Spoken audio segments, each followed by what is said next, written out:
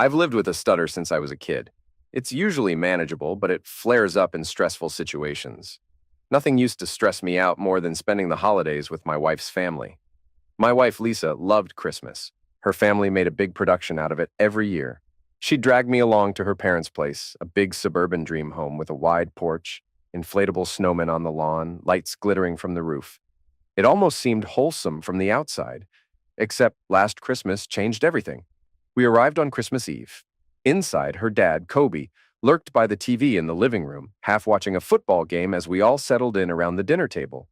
Lisa's mom, Donna, laid out ham, mashed potatoes, string beans, classic holiday spread. Lisa's sister, Malene, and her husband, Sean, made small talk about the weather. Meanwhile, I could sense Lisa was in a strange mood. She'd been on her phone constantly on the drive over, texting someone and smiling in a sly, secret way. At dinner, Donna asked about our plans for the new year. I was trying to reply, explaining that we were sav. I tried to say saving. Kobe frowned, eyes on me. I felt the old dread. My words started catching in my throat. We're saving, money for a trip to... Without warning, Lisa cut in with an exaggerated imitation of my stutter. She contorted her face and voice, going, We're going to see Colorado. She even jerked her shoulders like it was part of my stutter. It was so over the top that the entire table froze, and then her father burst into raucous laughter. I all but choked on my embarrassment. My cheeks burned. I gave a forced laugh, hoping we could move on. But Lisa wasn't done. She sneered at me across the table, her eyes almost gleeful. Look at him struggling like a broken machine, she said. Maybe if we turn him off and on again, he'll learn to speak like a normal person. Kobe reached over and literally high-fived her. I caught Malene lowering her gaze to her plate, her face pale. Donna shifted uncomfortably but said nothing. I had no backup here. So I swallowed my humiliation, pushed my chair back, mumbled an excuse. I'll go clear the plates.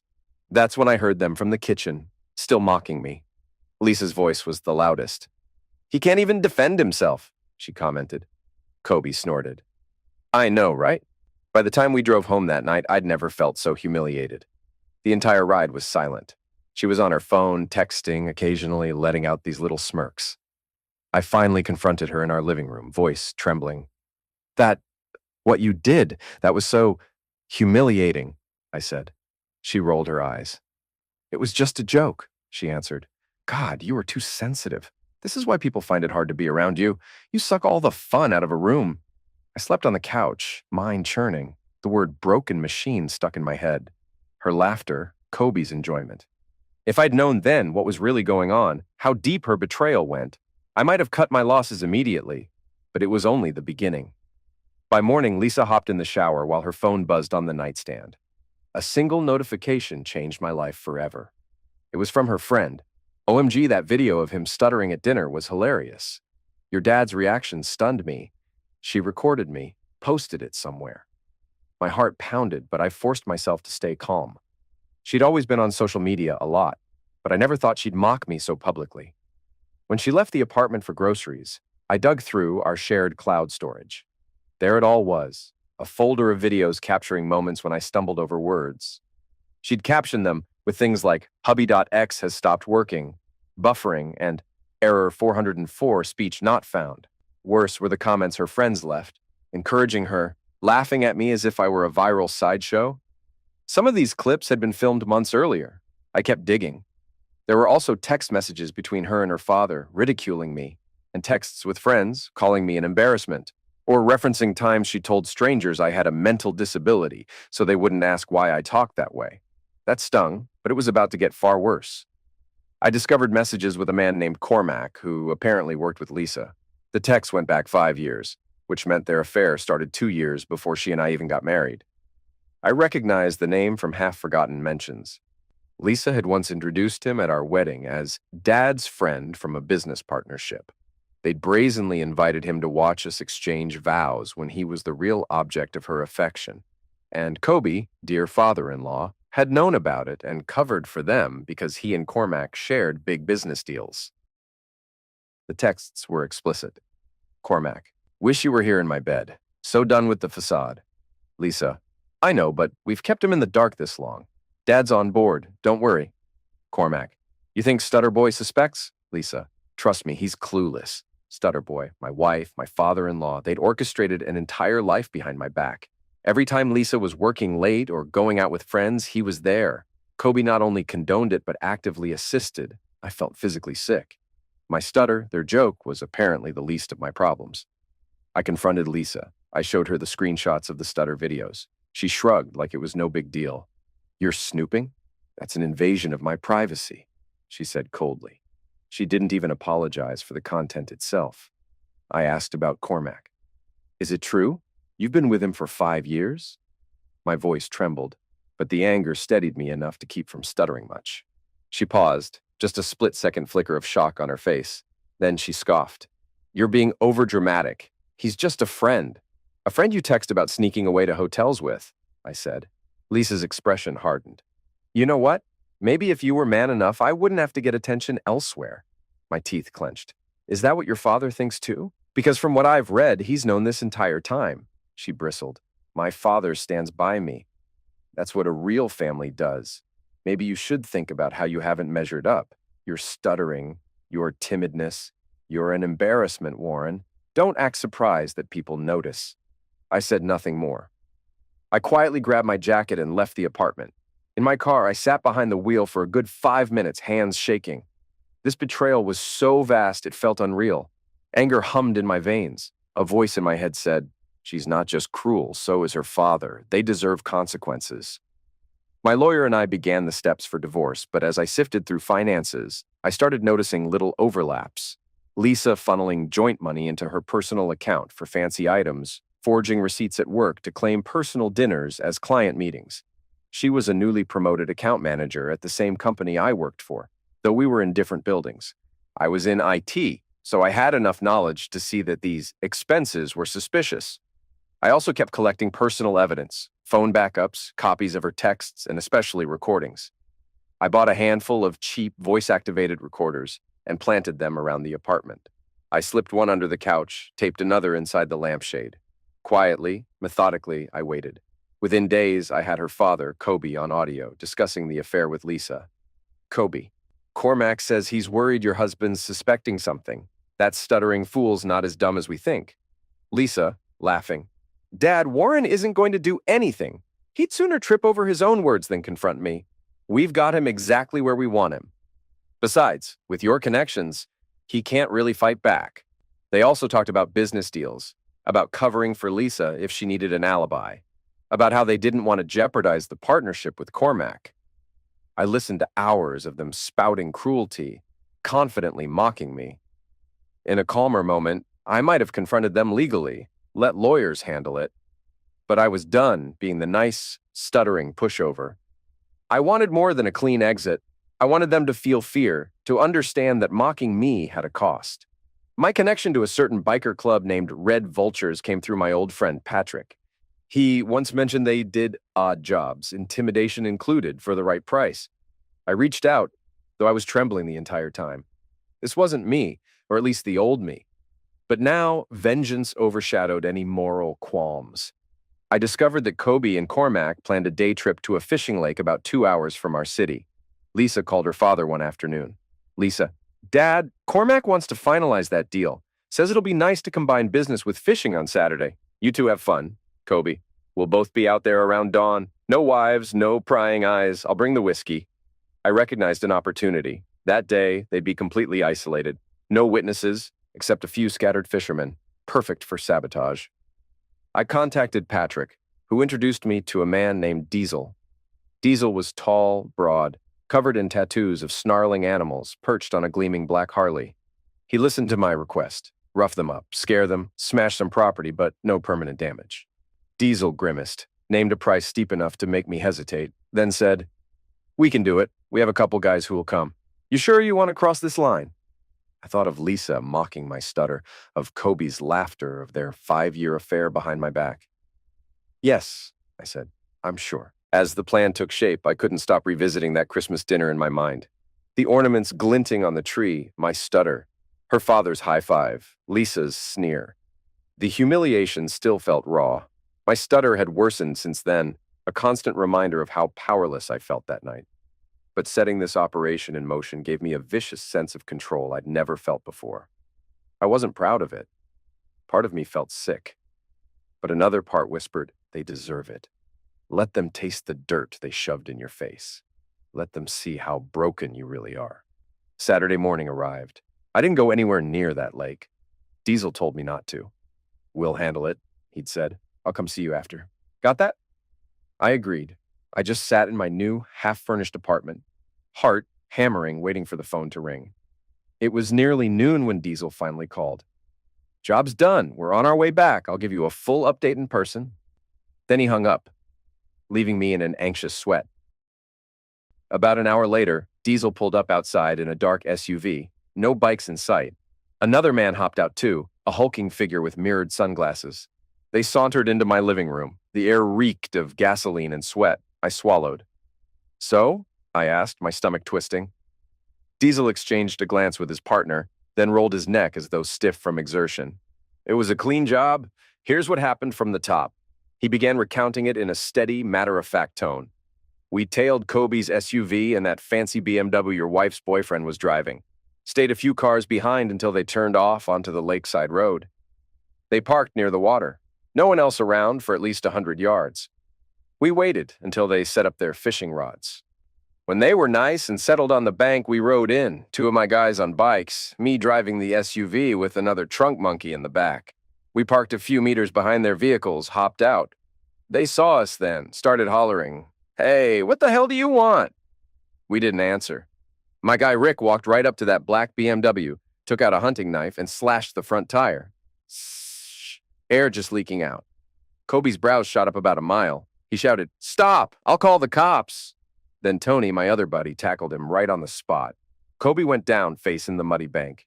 Then we turned to Cormac. He tried to bolt, but Tony snagged his collar, yanking him backward. He landed on his back, flailing. I told them, "You messing with the wrong people. This is a warning, boys." Kobe started sputtering about money, about how they had resources. Rick just calmly took out his blade and slashed the second tire, and the third, slicing that fancy paint job too. For the SUV, we hammered out the headlights and popped the hood. Eventually, we started shoving them both. They stumbled into the shallow part of the lake, water up to their hips, flapping around like idiots. Then Rick shoved them so they tripped forward, got their faces wet in the murky water, their fishing rods, snapped them. Tackle boxes? Dumped them out, stomped everything. Tony gave Cormac a good smack across the cheek, had to make it real. Kobe tried to talk big again, so Tony slapped him too, a decent whack on the ear. They both fell face down in the mud. We pinned them there, rubbed their faces in the dirt. The older guy was shaking, swearing. We told them, "Hope you learned your lesson. Next time it'll be worse. Don't cross us again." Then we hopped back in our vehicles, left them with 4 slashed tires, destroyed rods, and soaked suits. As we drove off, they were flailing around, trying to gather what was left of their gear. They were humiliated exactly like you wanted. End of story. Diesel finished, hooking his thumbs in his belt. My heart jackhammered with conflicting emotions, satisfaction, guilt, relief. "Good," I managed to say. "Thank you." He gave me a thin smile. "Our price is the rest of what we agreed." I dragged out an envelope from a locked desk drawer and handed it over, all cash. He counted it silently, nodded, and then he and his partner left. I went to the sink, poured myself a glass of water. My hands shook. I downed the water in a single gulp. I thought about Kobe and Cormac, muddy and terrified, and I felt a dark satisfaction coil in my chest. They had ridiculed me for years. Now they knew what it felt like to be cornered, powerless, but a voice in my head whispered, "You've crossed a line." I didn't hear from Lisa that night. I figured she'd hear about the attack from her father soon enough. The next morning, though, I caught a piece of their conversation on a voice recorder back at the old apartment. I was still technically living there, just moving out slowly. In the living room, Lisa's phone rang. Lisa. "Dad, oh my God, are you all right?" Kobe, voice trembling. "Some maniacs attacked us by the lake. We think it's business related. They said we messed with the wrong people." I have no idea who those psychos are. Lisa. "Why would anyone target you and Cormac like that?" Kobe. "I don't know, but they destroyed our cars. We barely got a tow truck out there. And they sprayed mud in our faces, ridiculed us. This is humiliating. I was going to report it, but Cormac says we should lay low. If the business partnership with those guys is compromised..." Lisa. "Dad, oh my God. We need to figure out who's behind this. She never once considered I might be the culprit, at least not in that snippet of conversation. That fact alone gave me a smug satisfaction. The stuttering pushover wasn't even on their radar, but it wouldn't stay that way for long. Days passed. The tension in the house was thicker than stale coffee. Lisa paced on phone calls, furiously whispering about legal action, about needing security, about how Cormac is so angry and Dad's losing it. Meanwhile, I continued my plan to leave. My lawyer was finalizing the divorce documents. I was transferring funds into a separate account. Lisa barely noticed, preoccupied with the fiasco from the lake attack. Then, one evening, as I was packing a suitcase in secret, I overheard another phone call of hers. Only this time, through the recorder under the couch. Lisa, all I'm saying is someone targeted you and Dad specifically. I need to make sure they don't come after me next. Of course Warren doesn't have a clue. He's barely around these days. A pause. Yes, but you need to figure out who the hell they are. Dad can't lose face in front of business partners. We have to keep the story under wraps. I remember biting my lip to keep from chuckling. If only she knew. The husband she mocked had orchestrated the whole damn ambush. My stutter had improved slightly that week, probably from the twisted sense of control I'd gained. As all this unfolded, I discovered something else.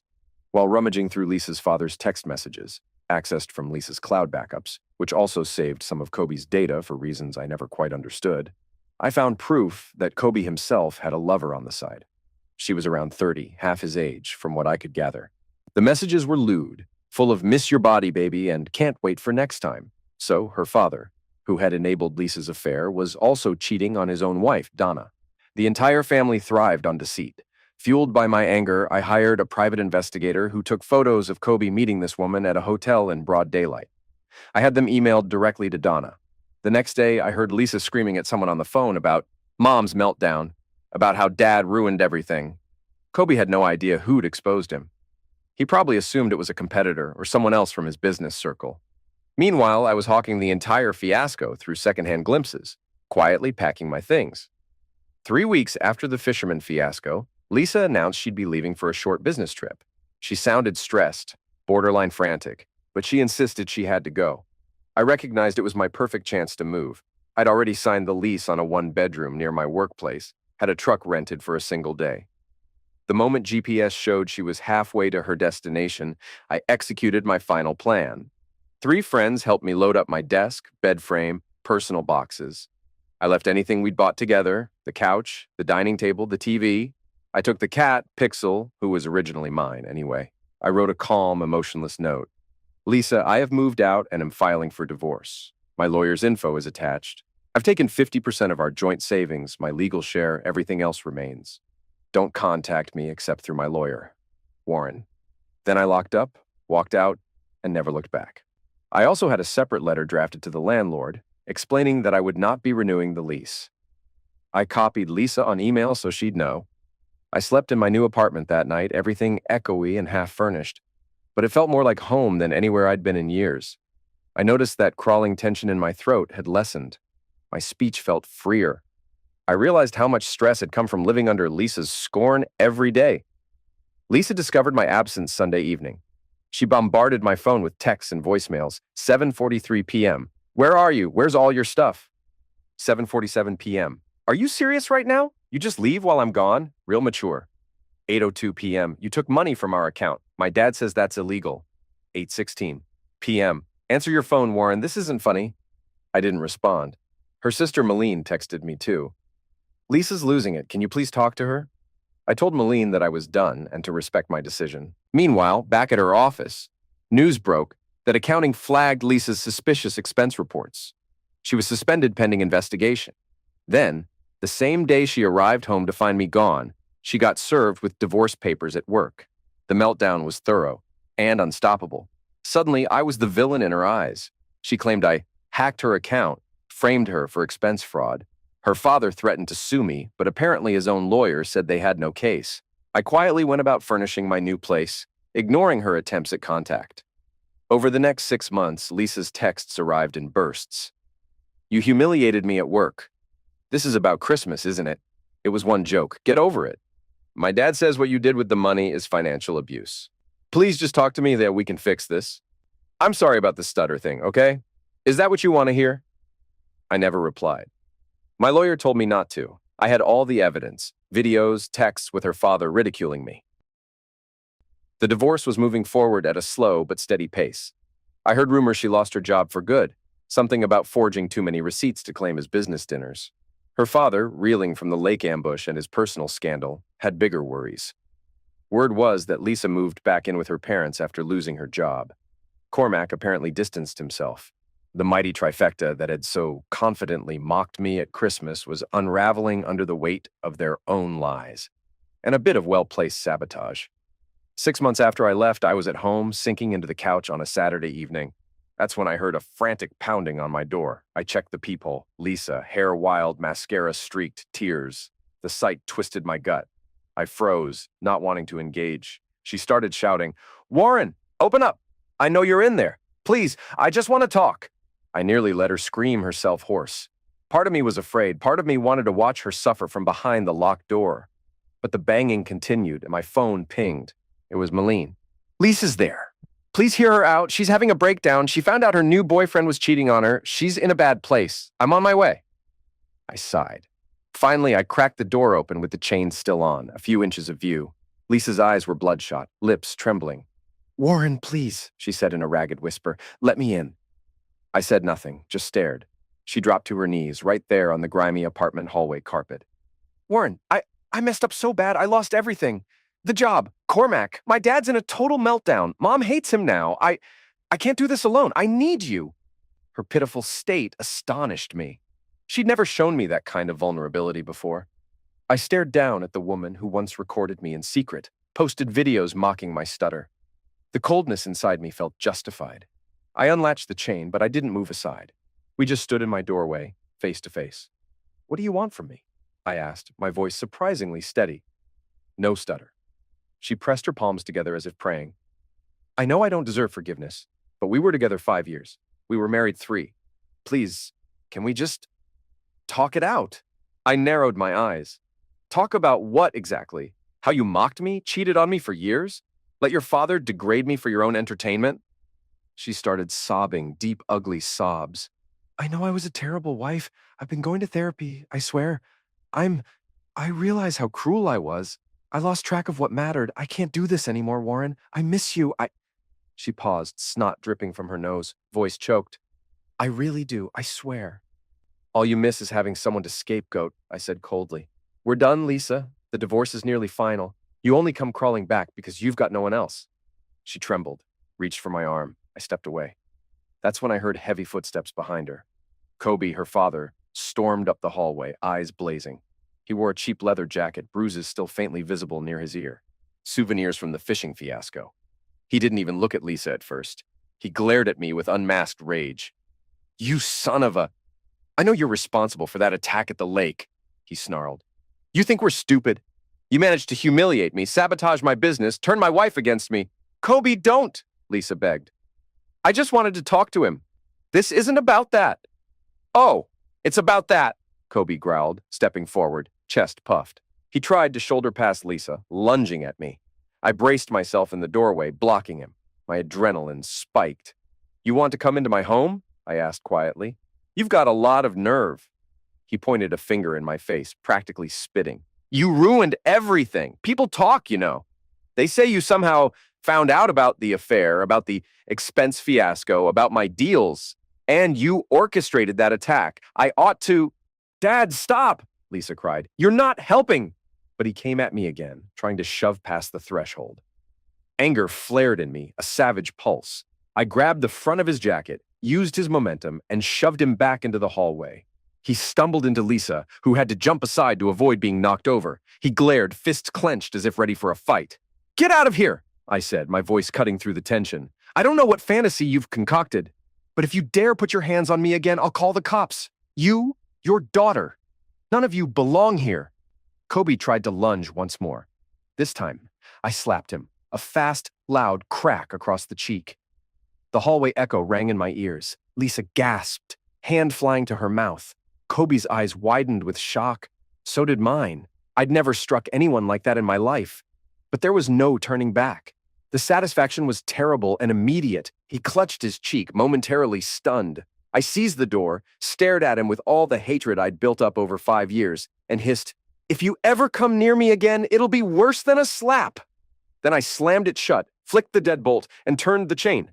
From the peephole, I watched him stand there, panting, face reddening. Lisa was on her knees again, tears streaming. He grabbed her elbow, yanked her upright. "We're leaving," he hissed. She stared at the door, sobbing my name, but he dragged her away down the corridor.